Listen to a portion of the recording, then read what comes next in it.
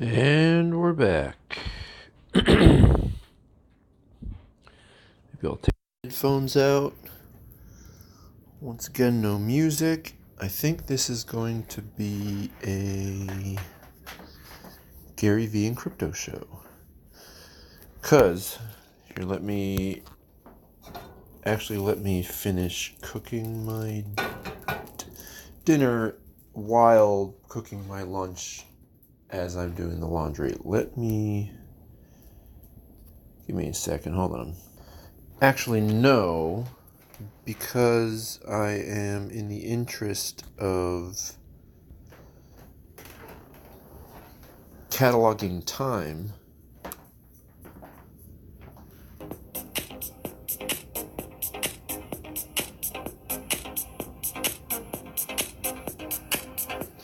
Man, see, this is what sucks. Okay, so here's my dilemma.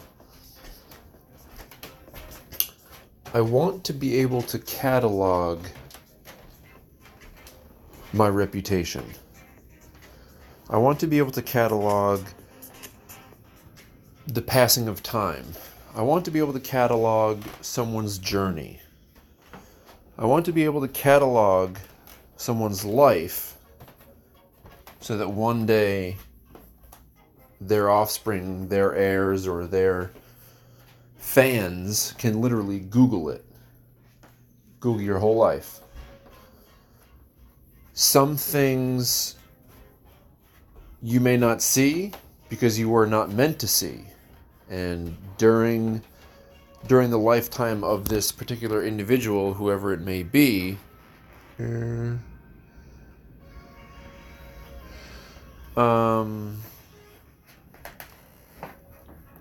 so basically record everyone's life, put it into a search engine, and you can then look at anything you want in your life.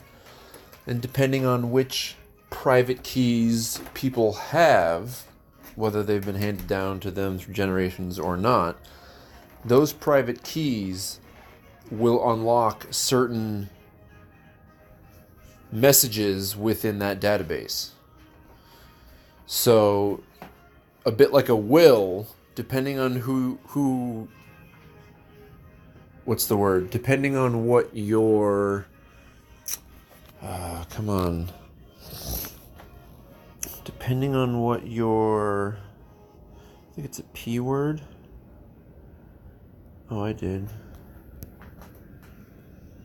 Dude,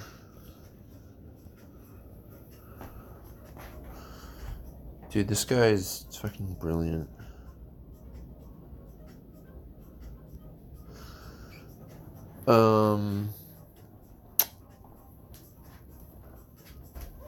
So will product, passport, identity. I didn't start with a P. What are you talking about? Identity. Whether that identity is through something like My Global ID or something like, oh crap, hold on, I am doing the laundry.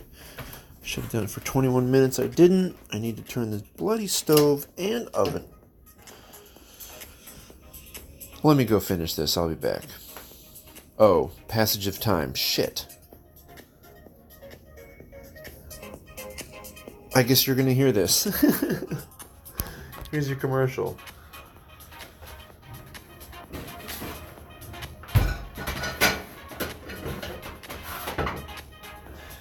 Maybe I'll go fast. Alright, I'll be back.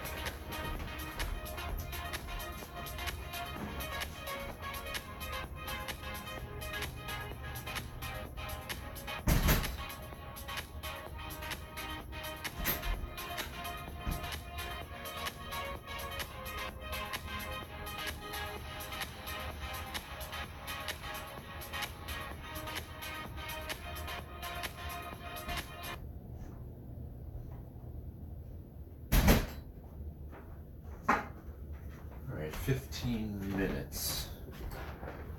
See, here's a perfect example of what I'm trying to talk about. Because I left the phone here,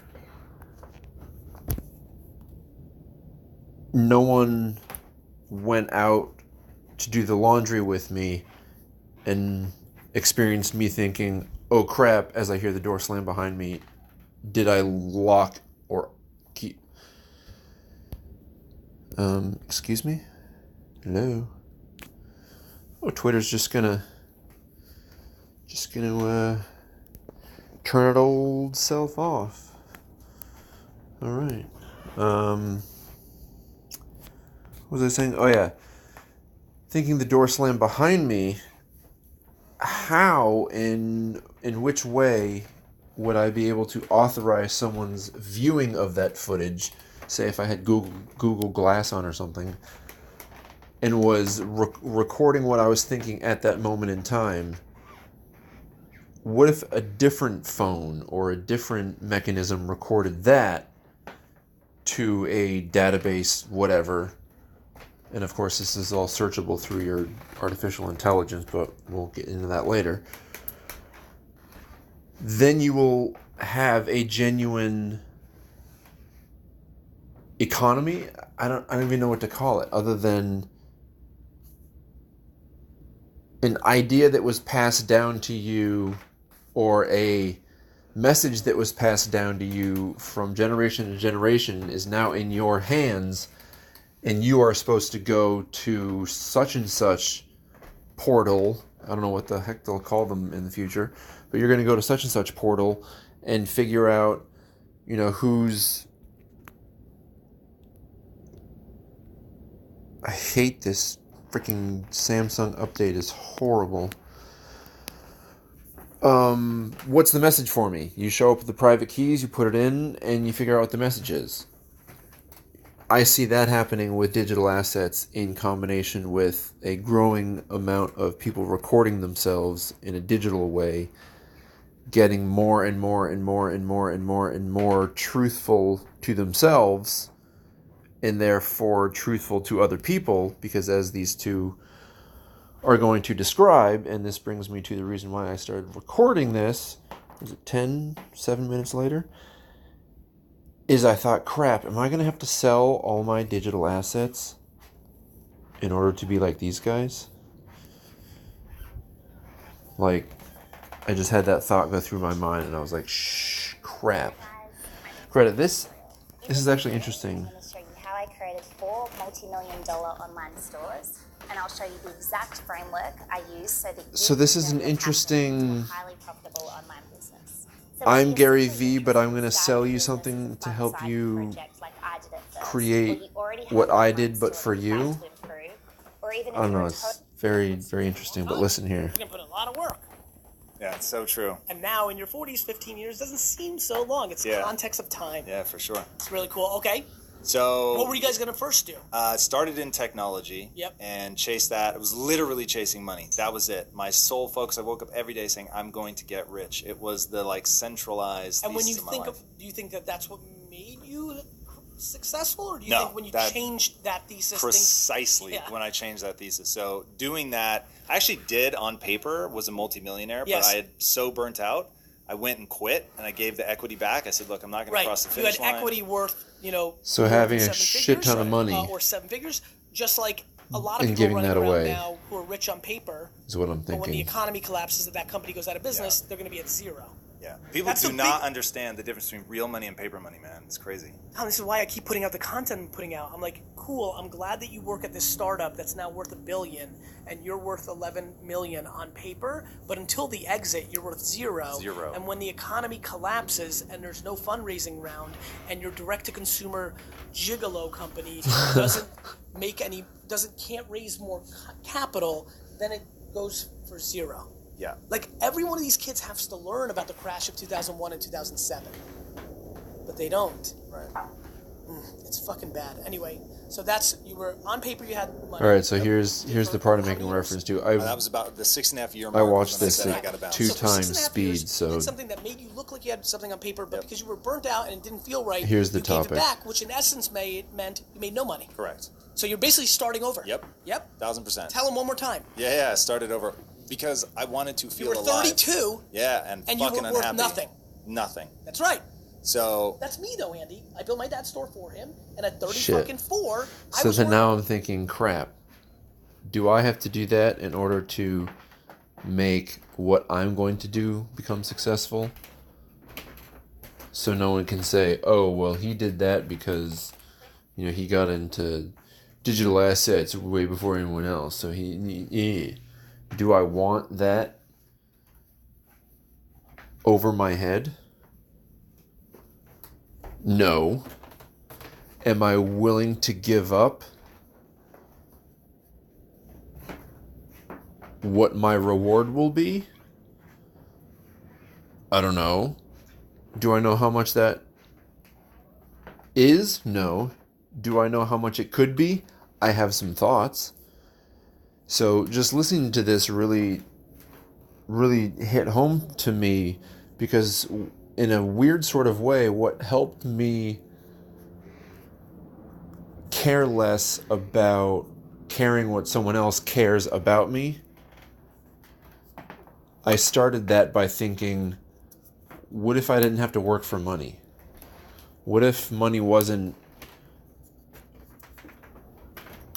what made me do my day-to-day things?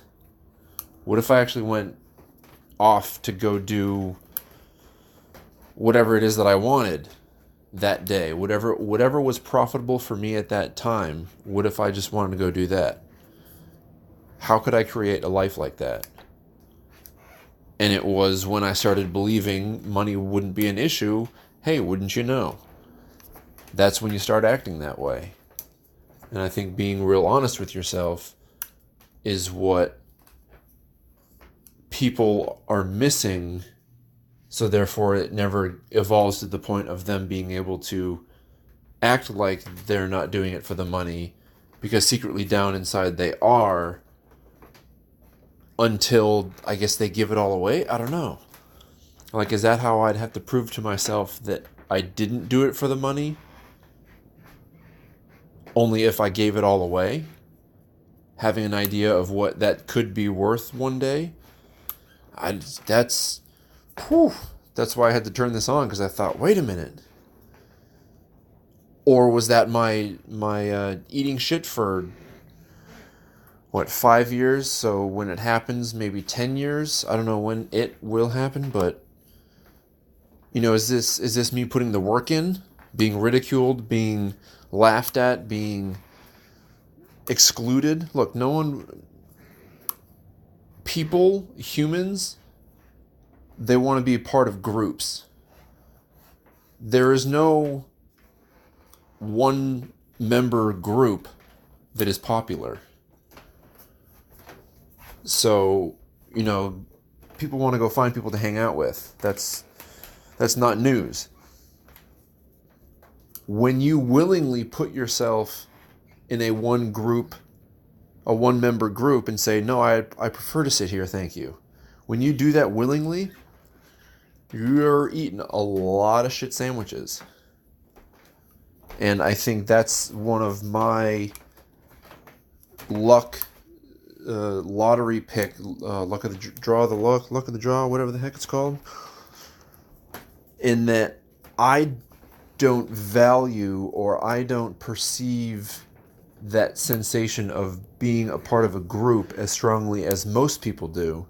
Therefore, I can momentarily suspend it in the same level playing field of machines, if that makes sense. I'll have the same emotional reaction to hearing an engine gear grind than when I hear someone that cut themselves or stubbed their toe. Like, I have that same... It's very, very bizarre. But I think that has allowed me to never... How would I describe it? I would never have to be... I have no idea what I was trying to describe. Anyway, I can cut the human element out of it and just look at something for what it is and not get distracted. We'll just put it that way. So is that me eating shit? Being okay with the ridicule? I don't know. It's going to be interesting to find out and look back on this and wonder. I mean, yeah, I need it to hang in the air because everybody like looks at us, and you know, and I just don't. I wish people understood.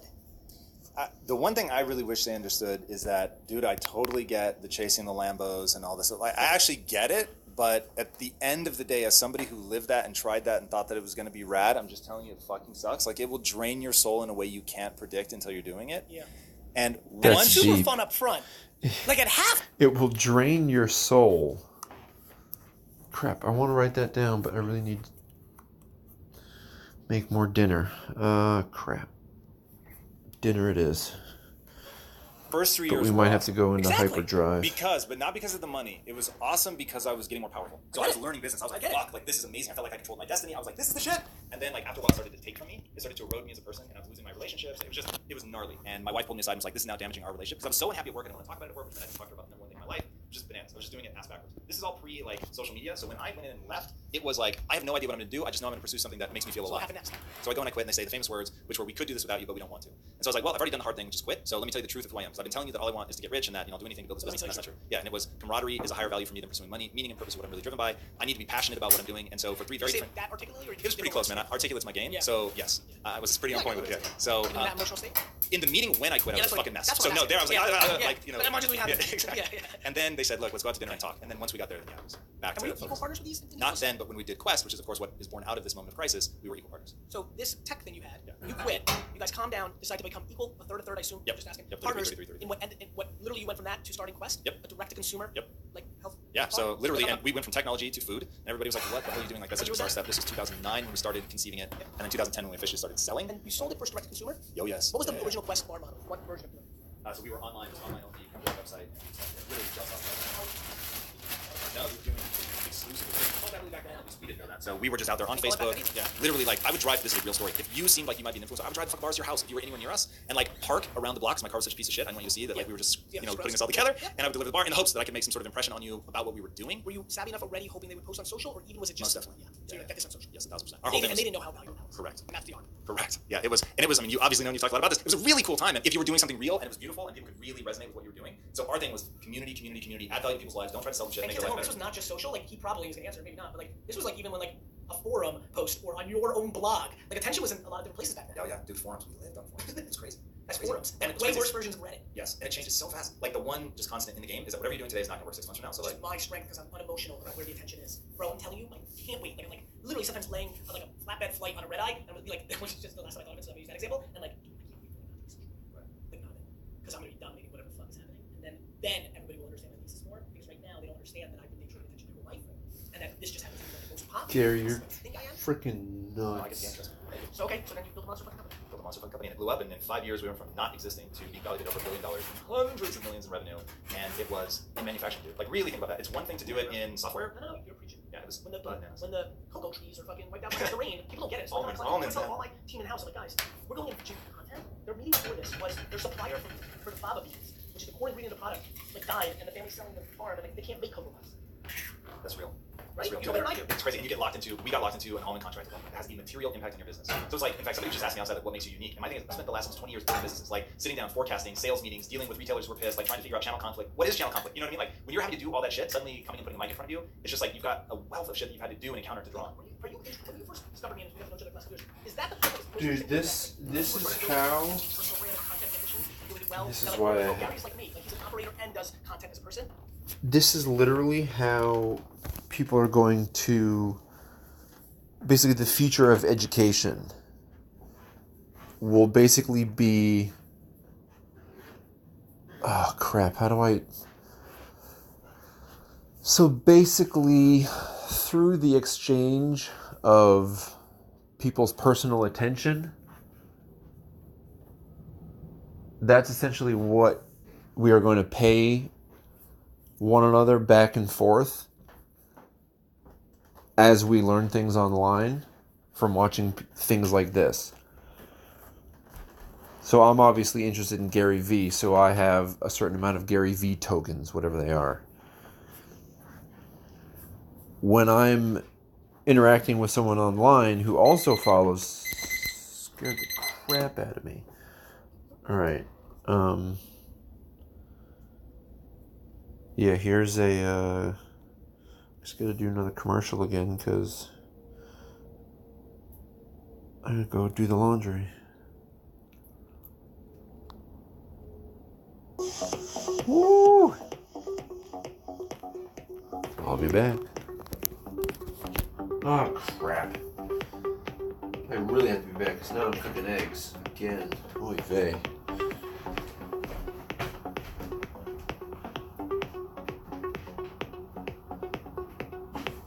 Didn't lock the door.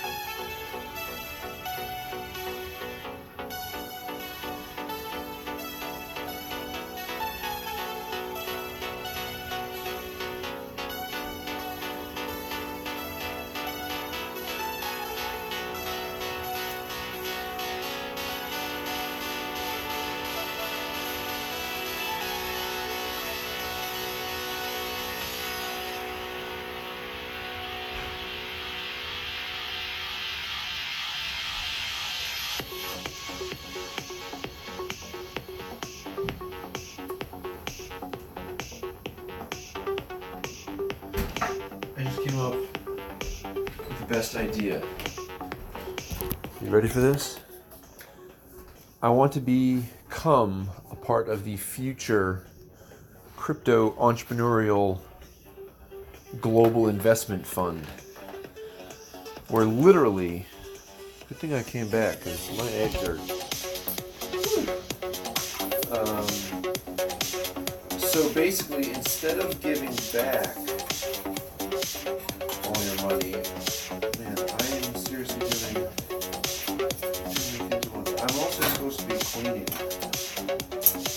This place has gotten to be quite a bit of a mess. But between making dinner, making a mess, doing the laundry, and making this video, I'm a little preoccupied.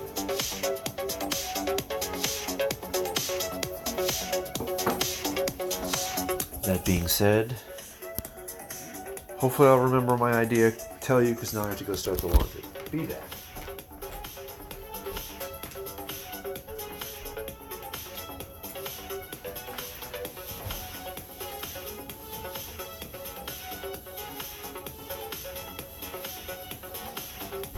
And what's even more funny is my credit card to operate the laundry machines on the back of my phone, which is in my kitchen.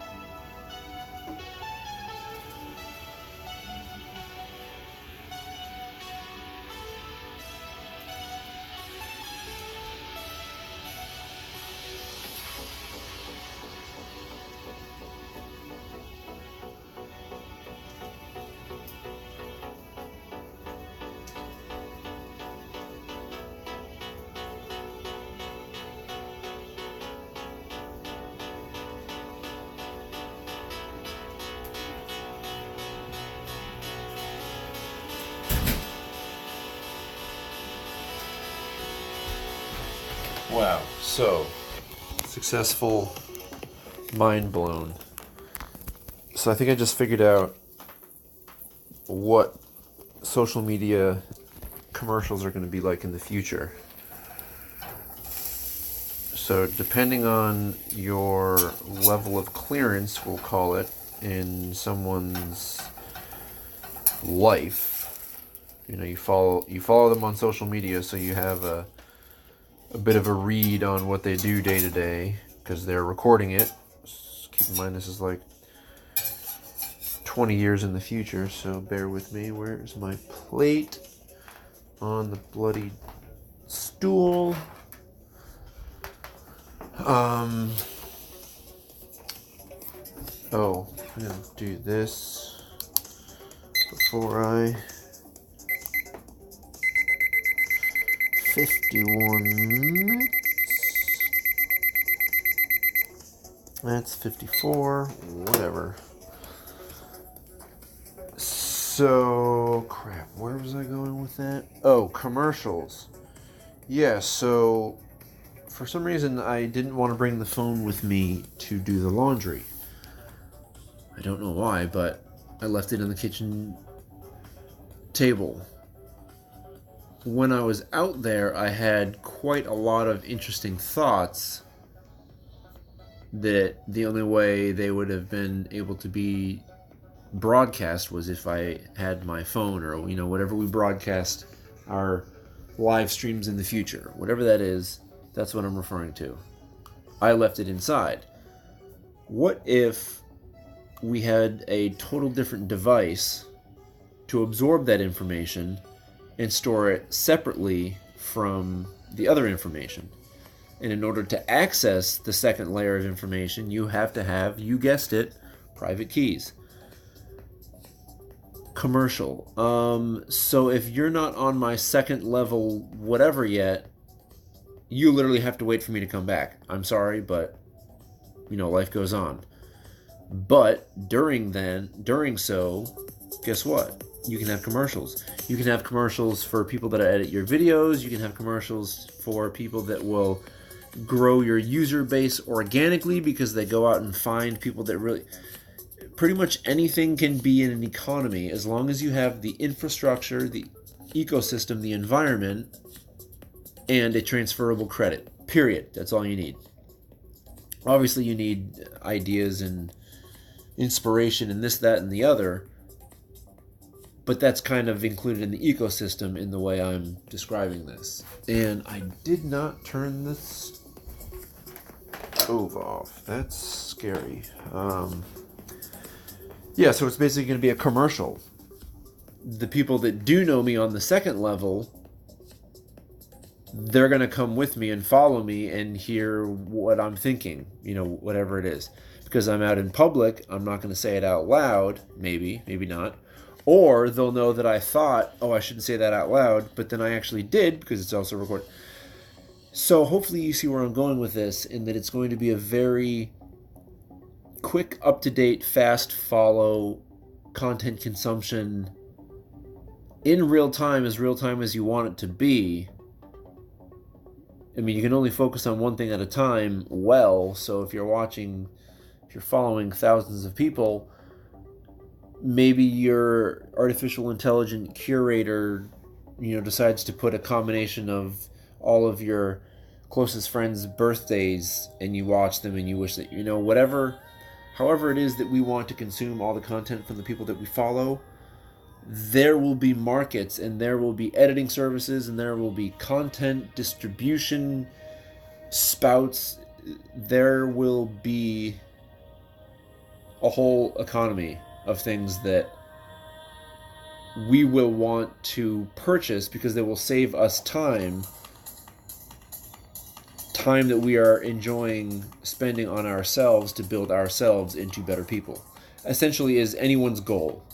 Well, should be anyone's goal in life if they want to actually do something that these two gentlemen are, and now I can take it off, something that these two guys are doing are exactly what I'm saying everyone's going to want to and aspire to be, because you don't give a shit about the money, because you started at zero. So whatever you have today, you've literally made all of that yourself off of your sweat, your intellect, whatever it is that you make your money off of. So that's what's going to be the new job in the future. And since everyone cares about different things in different ways, you're going to get a lot of people doing a lot of different things, but all those different things will be very good things with the best intentions, because that's the only way they're going to get funding. So they have to be honest with themselves. So imagine like politicians running for office are literally putting up their Instagram profile that they've had for the past 14 years with all their diary and like, that's going to be some real shit. But those are the people that we want to vet and figure out who they actually are if they are running for office. If they do want to hold a governance position in our future economy, world, globe, wherever it is, what planet it's on, doesn't matter. What matters is how openly you live in front of a microphone will only help your reputation and therefore your value into eternity. Because after you die, there are thoughts like how do I put this? There will be ideas. So imagine if Jeff Bezos thought to himself one day, if I ever have a third son, whatever, or if I ever wanted someone to hear, my second idea that came after Amazon, whatever he wants to let someone else know, if he puts that message into his blockchain and signs it with the private key,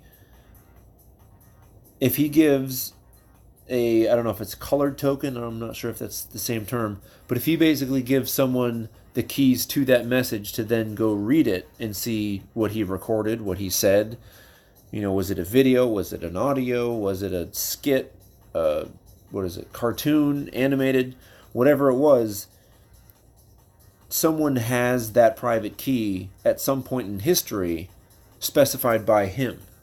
So he'll say at some future date,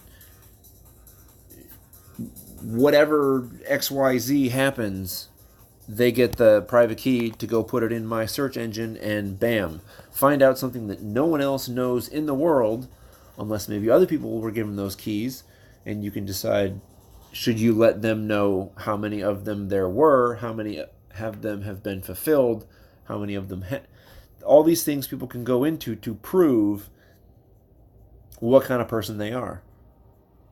If you're the best, if you feel like you're a good person, well, then you have to prove you're the best person, because someone's just going to. So you basically perpetuate this economy of doing good, and in compensation for that, people such as Tom and Gary, people such as Garyvee and Tom B. Oh my gosh. However you pronounce Tom's last name, these two guys inspire people to want to do things. How long have I been ranting? Not bad. Inspire people to want to do things. Those people, if they received the attention of those that they aspire, that's valuable. If you put that on an open market today, 1 second of Garyvee's time might be worth $3,000. I don't know, I'm making it up. But the more of those seconds you collect, you might be able to actually afford a 10-minute FaceTime conversation with him. What if you give that away to your kid? See what I'm saying? So with these digital assets, you can literally program your money, your attention, your value, whatever you want to describe it as, program what you want to give to the world. Your energy, your force, freaking chi. Fill it out whatever you want to write. That's going to be our digital asset.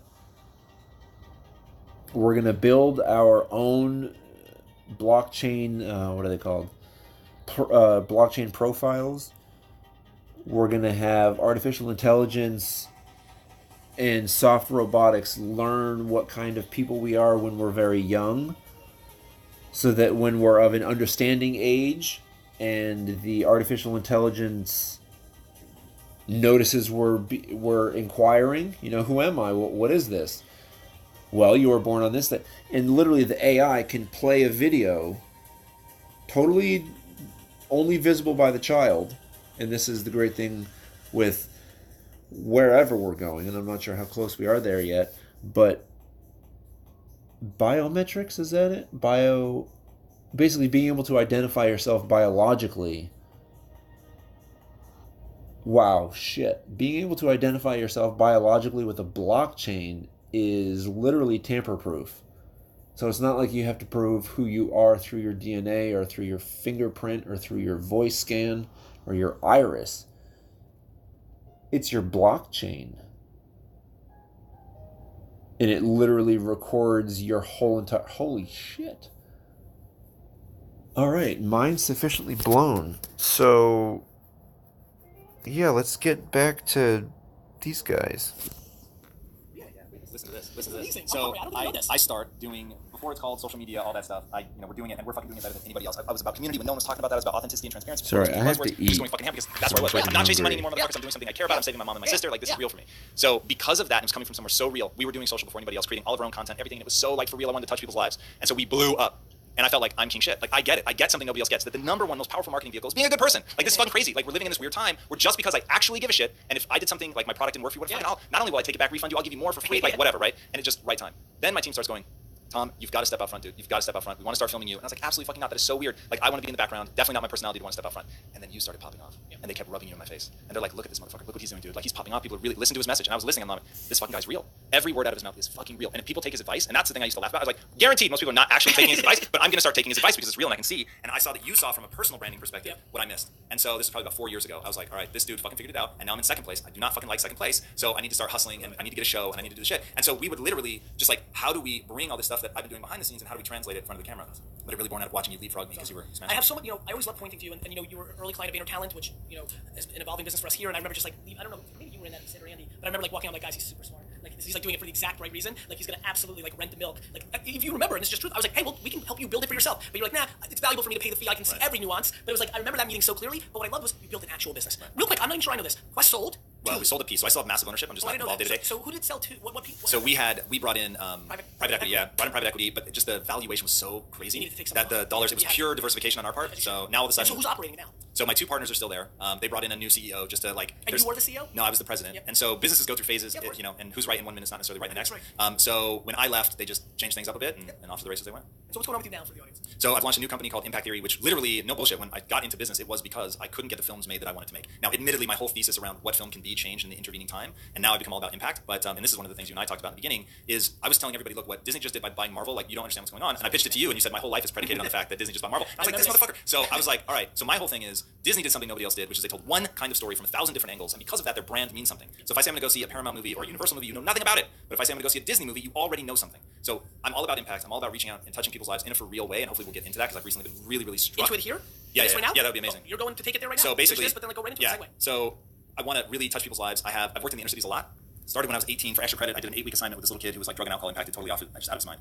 And he would freak out when I would try to help him with his homework, cry, just a nightmare. And then when I say I have to leave, then he would beg and plead and cry and all that, and I would stay. Week 5, I realized he's trolling me and that he actually knows exactly what he's doing. I thought, this fucking kid's sharp. So then I had a little respect for him. And at week 6, you have to tell him, I'm only coming for 2 more weeks. So I tell him, he goes nuclear. I mean, just I've never seen a human that distraught. And so finally I'm like, is it because I said I'm only coming for 2 more weeks? He says, yes. I say, look, man, because by now, like, I really have bonded with this kid. So I'm like, as long as I live in Los Angeles, as long as I live in Los Angeles, I'll help you with your homework. But you have to do it the second I get here. No more of this like fighting stuff. That becomes an 8.5-year relationship. Completely changes my life. I didn't know it at the time. He was being abused by his adoptive mother. He gets taken out. They make me the guardian. I have to help him to foster care. I mean, it was like some heavy shit for an early 20-something kid from Tacoma.